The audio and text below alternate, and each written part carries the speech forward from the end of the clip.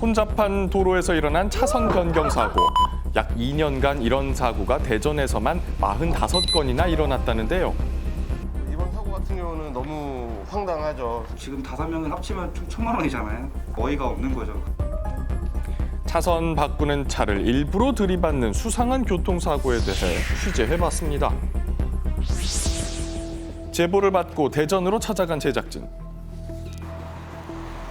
지난 6월 평소와 다름없이 운전하고 있었다는데요. 사고는 바로 이 버스 정류장 앞쪽에서 이제 사고가 났고요. 4차선에서 3차선, 3차선에서 2차선으로 진입하는 과정 중에 이제 사고가 난 겁니다. 휴일 낮이라 예식장 앞인 이곳에 차량이 많았다고 합니다. 별탈 없이 차선을 바꾸나 싶었는데 곧이어 충돌이 일어나고 맙니다. 후방 블랙박스에 잡힌 뒷차와의 사고. 순식간에 일어난 일이었습니다. 왜 안 멈췄지? 거의 속도는 20에서 30km 이런 상황이었고요. 그러다가 이제 뒷차 거리를 보고 이제 진입을 했는데 뒤에 차량이 이제 속도를 낮추지 않고 더 빨리 그냥 그대로 오는데요? 부딪힌 그걸 사고입니다. 멈춰줘야지. 뒤에 차 거리가 좀 있는 걸 확실하게 봤고 그리고 속도도 이제 엄청 서행한 상태로 이제 진입을 한 부분이 있는데도 이제 뒤에 차는 그대로 속도를 줄이지 않고 이제 충돌을 했거든요. 제보자가 차선을 바꾸는 순간 일어났기에 과실이 더 큰 상황이었답니다. 단순 접촉 사고에 합의금으로 무려 1,000만 원이 들어갔다는데요. 제가 70%였고 상대방이 30%였던 게 좀 저는 납득이 안 되더라고요. 어쨌든 그 이번 교통사고에 대해서는 가해자가 뭐 저라고 되어 있는 거랑 같은 거니까 높은 합의금을 요구를 하고 사고가 그렇게 막 큰 정도는 아니었던 것 같아요.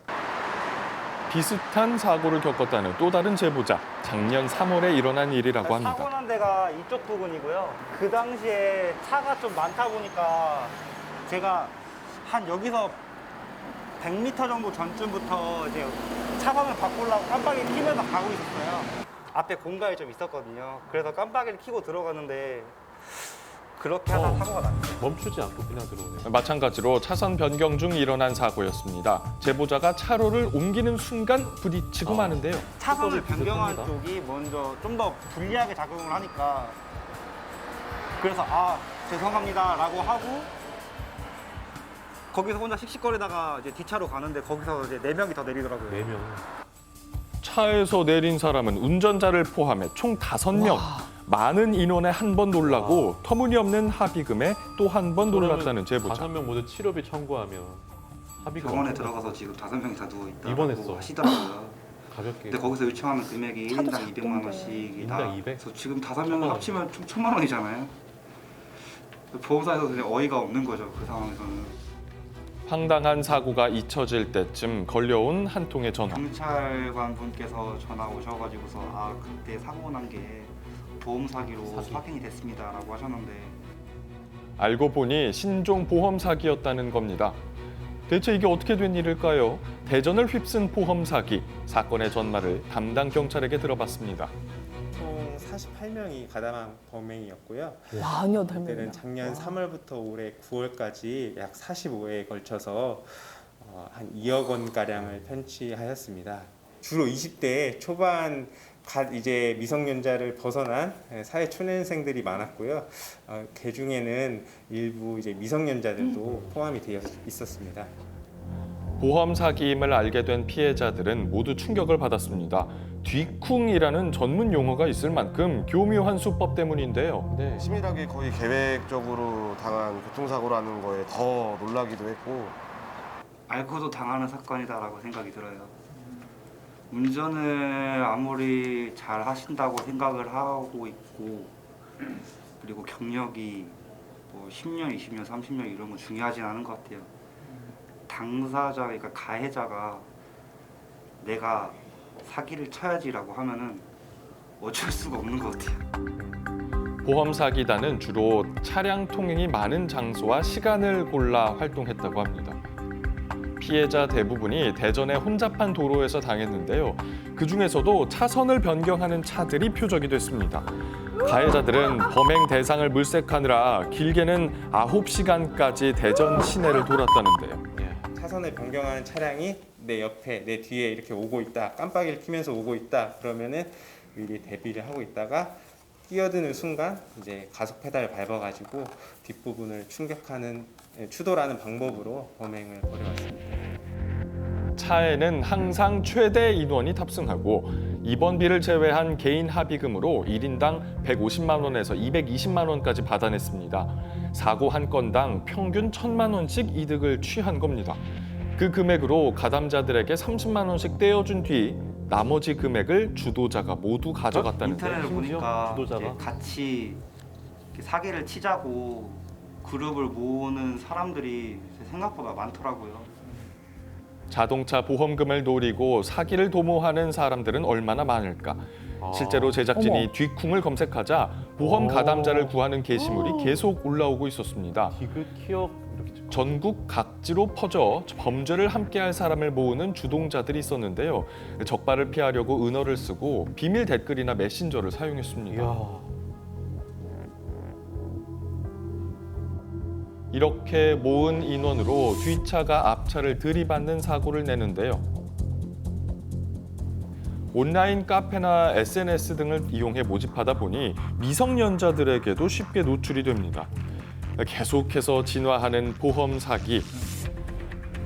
특히 차선을 변경하는 차량의 과실이 무조건 높기 때문에 차선을 넘어온 앞차는 표적이 되기 십상입니다. 반대편에서 오던 차가 중앙선을 살짝 넘자 바로 일어나는 충돌 사고. 이 또한 우연을 가장한 보험 사기입니다. 불법 유턴하는 차량을 따라가 부딪히는 것 저 또한 일부러 일종의 받아버리네. 보험 사기인데요. 자칫하면 큰 사고로도 이어질 수 있죠. 일방 통행 구간에서는 숨어있던 차가 기다리다가 튀어나오는데요. 이런 보험 사기의 가장 큰 특징은 교통 법규를 위반한 차들만 겨냥한다는 것. 불리한 상황을 처음부터 악용하는 거. 신고하지 못한 이유는 뭘까요? 벌점 같은 경우에는 기본적인 법규 위반만 해도 10점이고 2주만 다쳐도 5점, 3점 이상은 15점 벌점이 추가되는데 사람이 많으면 면허 정지 사유가 벌점 40점인데 초과해서 면허 정지 취소까지도 될 수 있기 때문에 결국 신고를 선뜻하지 못합니다. 굳이 이렇게 해가지고 돈을 얼마를 받는 것보다 처벌이 훨씬 더 강하다. 또 내가 더 손해를 본다라는 그런 인식이 좀 생길 수 있을 정도로 강력하게 좀 처벌이 이루어졌으면 좋겠습니다. 아니 진짜 보험 사기도 사기지만은 10대들이 이렇게 많이 늘고 있다고 하더라고요, 교수님. 이제 이 최근에 뭐 주축을 이루는 건 20대 초반인데 이 혹자는 이제 아마 10대들까지 가담을 하는 것 같습니다. 이른바 이야기하는 공유차 보험 사기입니다. 이 공유차는 사람 안 만나고도 빌릴 수 있잖아요. 예. 그리고 사고가 난다고 하더라도 면책률이 굉장히 낮아요. 그러니까 면책금 내고 난 다음에도 보험금 받으면 상세해서 남는 겁니다. 그렇죠. 그러니까 이제 그런 그 범행들을 하는 건데 사실은 보험사기 특별법을 만드는 지가 꽤 됐어요. 예. 처벌 강합니다. 10년 이하의 징역 5천만 원 이하의 벌금에 처하도록 돼 있거든요. 네. 근데 실제로 내려지는 처벌은 거의 없어요. 거의 집행유예 수준이고요. 그러다 보니까 이제 그 처벌에 대한 두려움이 없는 것 같고요.